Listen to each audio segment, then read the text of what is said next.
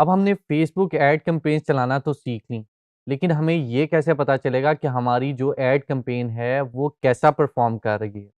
तो आएँ इस वीडियो में हम जानते हैं कि हम किस तरीके से रिव्यू कर सकते हैं अपनी परफ़ॉर्मेंस ऐड की। तो चलिए चलते हैं स्क्रीन की तरफ। एड्स की परफ़ॉर्मेंस शो करने के लिए मैंने ऑलरेडी एक पॉपुलेटेड एड्स मैनेजर ओपन कर लिया है, जिसमें मल्टीपल कैंपेन्स चल रही हैं ऑलरेडी और हमारे पास डिफरेंट रिज़ल्ट्स भी हैं, ताकि आपको बेहतर तरीके से ओवरव्यू मिल सके। अब सबसे पहले तो आपके पास ऊपर कैंपेन लेवल आ रहा होता है, एड सेट लेवल आ रहा होता है, कि एड लेवल आ रहा होता है, कि आप कैंपेन लेवल पे अपनी परफॉर्मेंस रिव्यू करना चाहते हैं या एड सेट लेवल पे या एड लेवल पे। तो हम फिलहाल कैंपेन लेवल पे इसको रखते हैं। उसके बाद आपके पास यहाँ पे टाइम ड्यूरेशन आ रही होती है कि आप कितनी देर की जो एड्स हैं, उनको रिव्यू करना चाह रहे हैं। आप लास्ट 7 डेज़ की करना चाह रहे हैं, यस्टरडे की करना चाह रहे हैं या आप कस्टम भी डेट ऐड करना चाह रहे हो तो आप वो कर सकते हैं। मैं फ़िलहाल इसको मैक्सिमम पे रहने देता हूँ और मैं इसको अपडेट कर देता हूँ।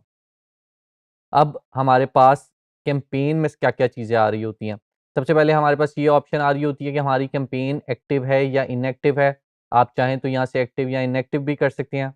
उसके बाद कैंपेन नेम आ जाता है हमारे पास। कैंपेन नेम के बाद हमारे पास आ जाता है डिलीवरी स्टेटस कि कैंपेन हमारी एक्टिव है या ऑफ है।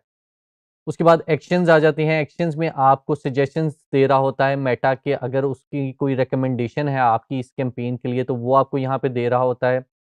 एक्शंस के बाद हमारे पास आ रही होती है बिड स्ट्रैटेजी कि हमने ये जो कैंपेन चलाई है, इसके लिए बिड स्ट्रैटेजी कौन-सी यूज़ की है, हाईएस्ट वॉल्यूम चूज़ किया है या एड सेट बजट की बिड बिड स्ट्रैटेजी यूज़ की है हमने। उसके बाद हमारा डेल बजट आ रहा होता है, बजट के बाद हमारे पास एट्रिब्यूशन सेटिंग आ रही होती है। एट्रिब्यूशन सेटिंग क्या होती है कि जब कोई हमारी ऐड के ऊपर क्लिक करता है, उस ऐड के क्लिक करने के कितने डेज़ तक अगर कोई वो एक्शन परफ़ॉर्म कर ले, तो उसको इस ऐड कैंपेन में इंक्लूड किया जाए, इसको एट्रिब्यूशन सेटिंग कहा जाता है। तो वो आपके पास शो हो रही होती है। उसके बाद जो हमारे पास जो परफ़ॉर्मेंस शो हो रही है, वो हो रही है रिज़ल्ट्स की बेसिस पे, कि आपको कितने रिज़ल्ट्स रिसीव हुए। अब ये रिज़ल्ट डिफरेंट हो सकते हैं, ये वेबसाइट परचेज़ेज़ हो सकती हैं, ये साइन अप्स हो सकते हैं, ये लिंक क्लिक्स हो सकते हैं। ये सब डिपेंड कर रहा होता है आपके ऑब्जेक्टिव के क्या पे कि आपने किस कैंपेन में कौन-सा ऑब्जेक्टिव चूज़ किया है।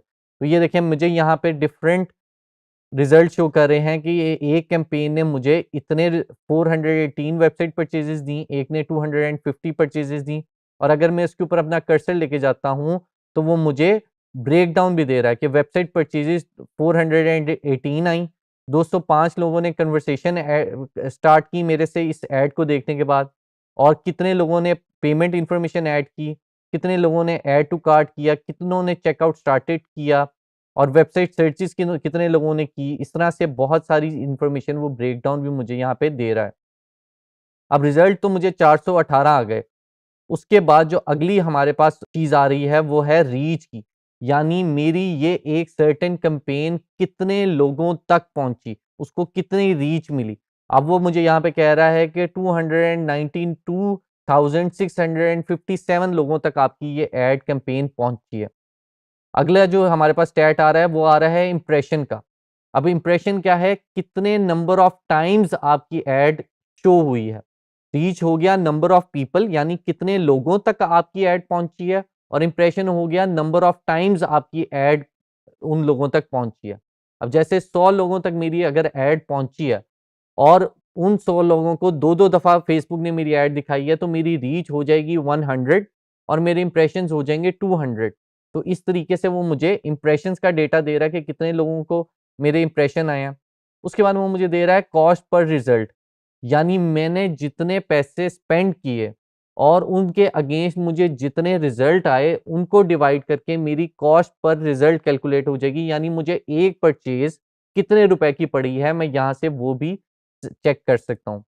उसके बाद मेरी अमाउंट स्पेंड है कि मैंने कितने पैसे स्पेंड किए हैं इस कैंपेन में अब तक और उसके बाद मुझे ये बता रहा है कि इसकी एंड डेट क्या है। मेरी कैंपेन ऑनगोइंग है तो वहाँ पे मुझे ऑनगोइंग बता रहा है, अगर वो एंड होने वाली है तो मुझे यहाँ पे एंड डेट भी बता देगा। अब ये तो हो गए कुछ पैरामीटर्स जिनकी बेसिस पे फेसबुक हमें शो कर रहा है हमारे रिज़ल्ट, हमारी परफॉर्मेंस। अब हम अगर चाहें तो हम इसके अलावा भी फैक्टर्स हैं जिनकी बेसिस पे अपनी परफॉर्मेंस को जज कर सकते हैं। अब जैसे अगर हम यहाँ पे कॉलम्स की ऑप्शन पे जाएँ, तो ड्रॉप डाउन पे क्लिक करें तो वो मुझे बता रहा है कि किस-किस बेसिस पे आप चेक कर सकते हैं अपनी परफॉर्मेंस को।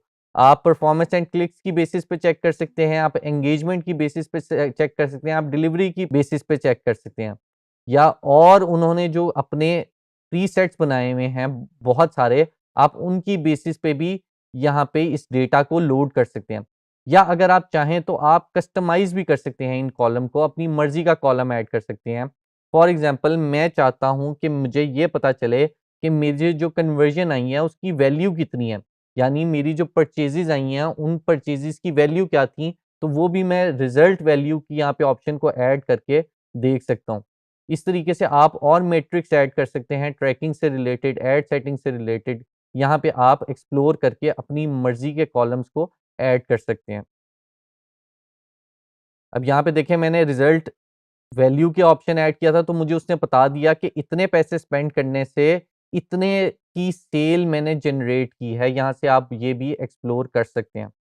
उसके बाद अगर आप चाहते हैं कि आपको ब्रेकडाउन मिल जाए कि आप कैंपेन में day wise, age wise, placement wise या कंट्री वाइज़ सेग्रीगेशन करना चाहते हैं। अगर आप बहुत सारी कैंपेन्स चला रहे हैं और आप चाह रहे हैं कि उसका ब्रेकडाउन आपको मिल जाए, तो आप वो भी कर सकते हैं। फॉर एग्ज़ाम्पल अगर मैं डे वाइज़ करता हूँ, तो वो देखिए मुझे यहाँ पे मेरी जो कैंपेन्स हैं, उनको डे वाइज़ सेग्रीगेट करके मुझे दे देगा। तो ये देखें वो मुझे डे वाइज़ उसको सेग्रीगेट करके डेटा को ब्रेकडाउन के तौर पे दिखा रहा है कि किस डे पे मुझे कितने रिज़ल्ट्स मिले एक कैंपेन से। तो आप चाहें तो ये ब्रेकडाउन देखना, तो आप यहाँ से वो भी देख सकते हैं। ब्रेकडाउन के बाद वो मुझे रिपोर्ट्स की ऑप्शन दे रहा है कि अगर मैं चाहता हूँ कि मैं एक रिपोर्ट क्रिएट करूँ इस सारे डेटा की, ये सारे मैट्रिक्स की, तो मैं एक रिपोर्ट भी क्रिएट कर सकता हूँ। अगर मैं चाहूँ कि मैं रिपोर्ट क्रिएट करके एक बेहतर व्यू हासिल करूँ, तो आप यहाँ से जाके एक नई क्रिएट भी कर सकते हैं रिपोर्ट, या जो टेम्पलेट्स दिए हुए हैं फेसबुक ने, आप उनको भी यूज़ करके यहाँ से रिपोर्ट क्रिएट कर सकते हैं।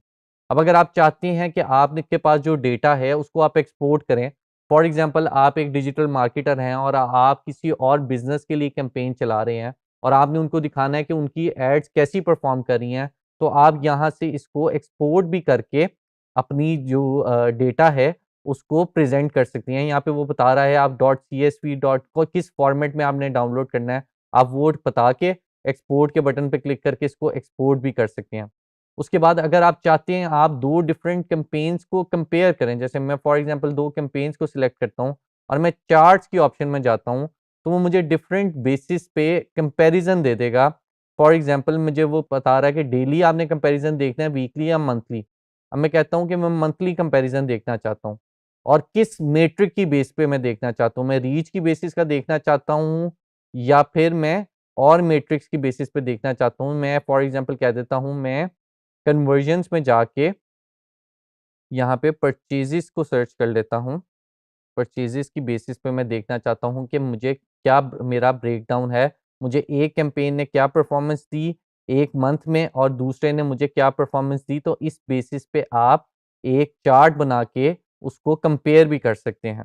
तो ट्रेनीज़ इस तरीके से आप अपना एड्स मैनेजर की जो एड्स हैं, जो कैंपेन्स आपने चलाई हैं, उनकी परफ़ॉर्मेंस को रिव्यू कर सकते हैं और आप ये डिसाइड कर सकते हैं कि कौन-सी कैंपेन आपके लिए अच्छा परफ़ॉर्म कर रही है और कौन-सी कैंपेन अच्छा परफ़ॉर्म नहीं कर रही। ताकि आप फ्यूचर में ये डिसाइड कर सकें कि किस तरह की कैंपेन आपको चलाने की ज़रूरत है और किस तरह की कैंपेन्स को बंद करने की ज़रूरत है।